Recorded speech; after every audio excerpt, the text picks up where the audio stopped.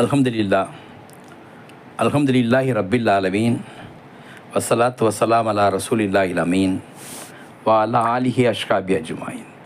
அவுது பில்லாஹி மினஷ் ஷைத்தானி ரஜீம். பிஸ்மில்லாஹி ரஹ்மானி ரஹீம். ரப்பி இஸ்ரஹ்லி சத்ரி வயஸ்ஸிர்லி அம்ரி வஹ்லுல் மின் லிசானி யஃப்கஹு கவ்லி.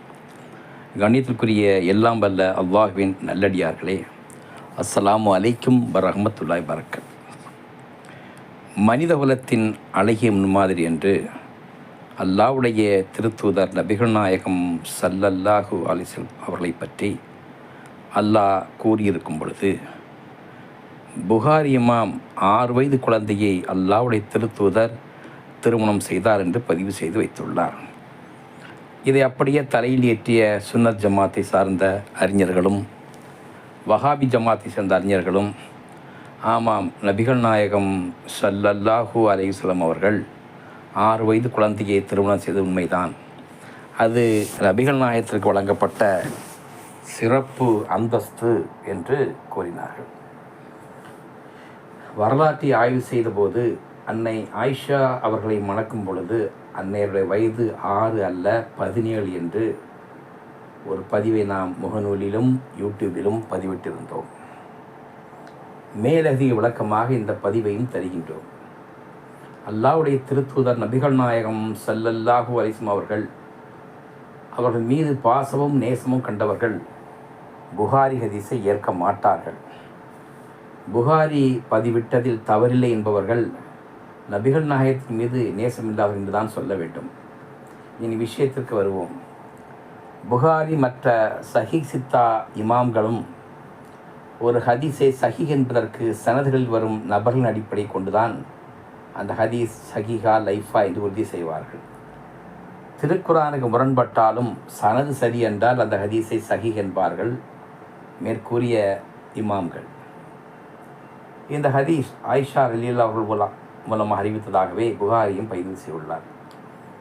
அல்லாஹ்வுடைய திருத்தூதர் நபிகள் நாயகம் ஸல்லல்லாஹு அலைஹி வஸல்லம் அவர்கள் வஃபாத்தாகி 200 ஆண்டுகளுக்கு பின் எழுதப்பட்டதான் புகாரி கிரந்தம்.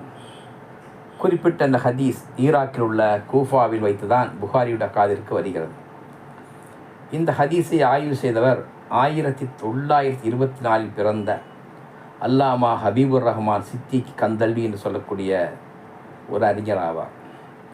இவர் டில்லியில் பிறந்து டில்லியில் உள்ள தர்வாசாவில் பிறந்தவர் ஆவார். இவர் எழுதிய ஏஜ் ஆஃப் ஆயிஷா கிரந்தமானது 1997 வெளியானது. இந்த கிரந்தத்தில் அன்னை ஆயிஷாவின் வயது திருமணத்தின் போது 6 அல்ல என்று தெளிவுபடுத்துகின்றார். அந்த கந்தல்வி இந்த கிரந்தத்தில் 26 தலைப்பில் வாத பிரதிவாதங்களை எடுத்து வைக்கிறார். அதில் முதல் 6 வாதங்களை பார்த்தாலே போதுமானது. முதல் வாதத்தில் எடுத்து வைப்பது சனதின் முதல் ராவியே ஆகும்.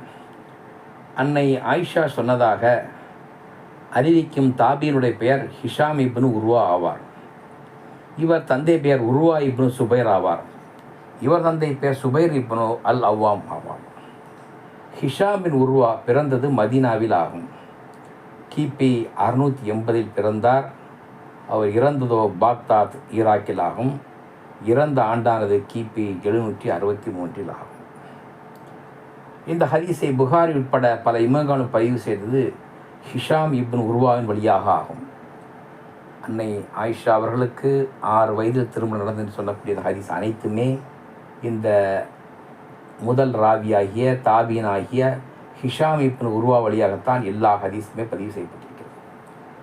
அன்னை ஆயிஷா அவர்களின் சகோதரியாகிய அஸ்மா ரலியா அவர்களுடைய மகனே உர்வா இப்னு சுபைர். உர்வா பின் சுபைர் மகனே ஹிஷாம் இப்னு உர்வா. அதாவது ஆயிஷா அன்னையுடைய சொந்த சகோதரியாக அஸ்மாவுடைய பெயர் தான் இந்த ஹிஷாம். தன்னுடைய தந்தை மூலமாக அறிந்ததாக பல ஹதீஸ்களை இந்த ஹிஷாம் கூறுகின்றார். இந்த ஹிஷாமே பிரச்சனைக்கு உரியவராக மாறுகின்றார். அன்னை ஆயிஷா அவர்களின் சொந்த அக்கா அஸ்மாவின் பெயரே ஹிஷாம் என்பதால் அவரை அந்த இமாம்கள் ஆய்வுக்கு உட்படுத்தவில்லை. ஹிஷாம் அவர்கள் 71 வயது வரை மதீனாவில் வாழ்ந்து வந்தார். 71வது வயதிலிருந்து இறக்கும் வரை ஈராக்கில் வாழ்ந்தார். இவர் மதீனாவில் வாழ்ந்த காலத்தில் யாரிடமும் இந்த ஹதீஸை சொல்லவில்லை. இவர் மதீனாவில் வாழ்ந்த காலத்தில் வாழ்ந்தவர்கள் இமாம் மாலிக் ரஹ்மத்துல்லாஹி அவர்களும் இமாம் அபு ஹனீஃபா ரஹ்மத்துல்லாஹி அவர்களும். இன்று நிலவில் உள்ள மாலிக் இமாமின் ஹதீஸ் கிரந்தமாகி முவத்தாவில் ஹிஷாம் அறிவித்த ஹதீஸ்கள் பல உண்டு என்றாலும் 6 வயதில் அன்னையின் திருமணம் நடந்தது என்று சொல்லக்கூடிய எந்த ஒரு ஹதீஸும் முவத்தாவில் இல்லை. 71 வயதிற்கு பின் ஹிஷாம் ஈராக்கில் வாழ்ந்த காலத்தில் தான் 6 வயது திருமண வயது என்று சொல்லியிருக்கின்றார். 71வது வயதிலே ஹிஷாம் ஈராக்கில் வாழ்ந்தார். அப்பொழுதுதான் அன்னை ஆயிஷாவிற்கு 6 வயது திருமணம் நடந்தது என்று சொல்ல ஹதீஸ் அறிவித்திருக்கிறார். அவர் மதீனாவிலிருந்து ஈராக்கிற்கு ஏன் வந்தார் என்பது பற்றி கந்தவி இவ்வாறு விளக்குகின்றார்.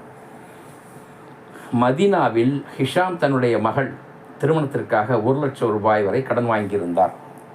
அந்த கடனை அடைக்க முடியாத சூழ்நிலை வந்தபோது மதீனாவிலிருந்து ஈராக் வந்தார்.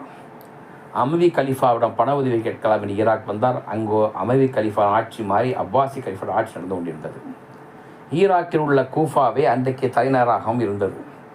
கூஃபா சென்று ஹிஷாம் கலீஃபா கடன் அடைக்க பண உதவி கேட்ட பொழுது அப்பாசி கலீஃபா ஹால் மன்சூர் முதலில் பரிகாசம் செய்தார்.